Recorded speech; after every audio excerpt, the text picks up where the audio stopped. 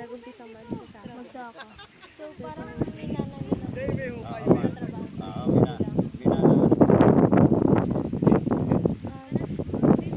Magkano po ba yung sweldo niyo po sa pagsasaka?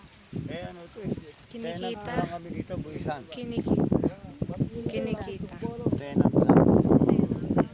Hindi sa amin lupa ito, hindi namin sarili ito. Ano lang yung... Parang nagtatrabaho lang. Hindi, ano, buwisan. Ano po yun? Easy ka ba? Palay, tinatanim namin dito eh. Sinasalitan lang namin ng mais. Pero palay eh, binubuwis namin dito. 15 kaban. Baka yung nagpapalit po sila. Ano, pinangarap niyo po bang hindi sa pagsasaka? Ano? Pangarap po. Ay, yun lang ang pinagkaloob sa amin ng magulang natin. Sa akin. Baka kayong sariling lupain para magsaka po. Eh, yung ano lang, yung lote lang, yung tayuan ng bahay, hindi yung sinasaka. Hindi amin to, tenant lang kami dito. Ang tenant, yung magsasaka na buwisan, bubuwisan na namin ng, Ano po yung buwisan? yung ano, yung magbibigay ka na 15 kaban. Yun ang pinakabayad sa may-ari ng lupa. Ano po ba yung tamang paraan ng pagtatanim? Eh di pupunla muna yung palay. Ang palay pupunla muna pagkatapos lilinangin yung lupa. Pagkatapos tatanim ng tao, tatanim na butil-butil lang yun. Wala 2 butil lang, isang tundos. Ano na lang kuya? Tinutundos yun na meron mga magtatanim ng mga babae na tinutundos sa pitak na pitak. Tinutundos yun yan na ang pagitan. Ano lang, ganun lang, sandang ka lang. 5, mga kalahating rural ba tawag ba? Meron po ba kayong mga disgrasyang na natatamo po kapag nagtatanim po kayo? Wala naman. Dito wala naman. Nakaano naman dito yung mataas naman to, hindi naman lumulubog to Pag may bagyo. Sa mga ahas po, wala naman po. Ay wala, madalang Pag may na bagyo. hinuhuli ng tao Pag may bagyo naman po, kamusta po yung ano? madalang na, yung ano, mataas nga dito, hindi. Pero lang yun, ang bahay matangay ng hangin, yung bagyo. Pero yung, ang pananim, hindi naman lumulubog to dahil mataas to yung lugar namin ito mataas. Mataas to Di ano po, binibenta nyo rin po yung ano, palay. yung palay po. Magkano naman po yun? Magkano po nabibenta yung palay sa ano? Yung mukha ngayon 4 kilo yun Pag bagong ani, 13 isang kilo. 13 pesos po. Pag ka naman yung naani ng tilo Bagong na, ano? kamukha ngayon 57 na isang kilo. Kailan yun yung ngayon doon yung 13? 13 yung kilo ng isa. 13 na ilagay mo dahil yun ang regular talaga. 13 po yung isang kilo. Palay pa lang po.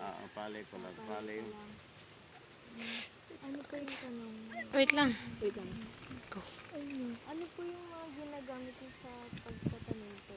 Ay, yung ano. Fertilizer. Yung pataba. Yung urea. Urea. Fertilizer yun sa sabog. Ano po? Ano? Pure dan to para kainin ng ano yung mais. Para hindi kainin ng langgam. Yung mais. Ayan pong red. Yun nga. Binhi yun. Yung narinig sa Ilang ano po? Ano po? corn. Sa corn po. Para kainin ng langgam yung buto. Dahil kinakain ng langgam yung buto. Kaya yun maraming namatay hindi na hinalagyan nito kinakain ng langgam balot na natin sila. Kasi yung bali po yung nagiging suliranin po sa mga magsasaka yung mga langgam, mga daga,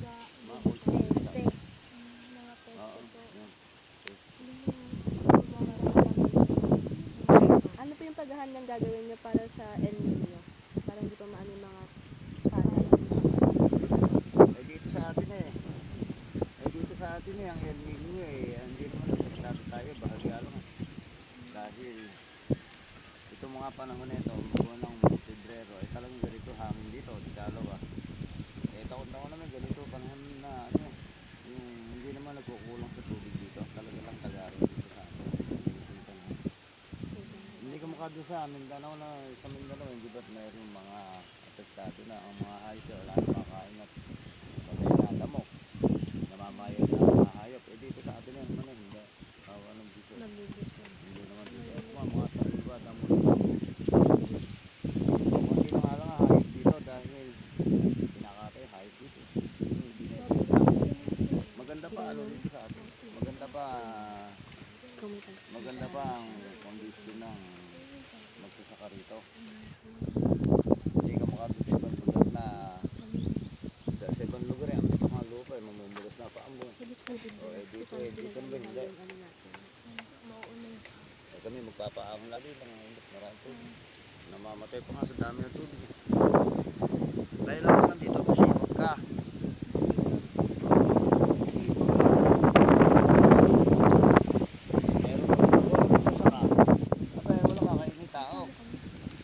Nalagay dito sa mga mahirap nga lang kami pero awan hindi na kami nakakabigyan. Hindi ka mukha ng ibang mayaman na marami ng pera napakalaking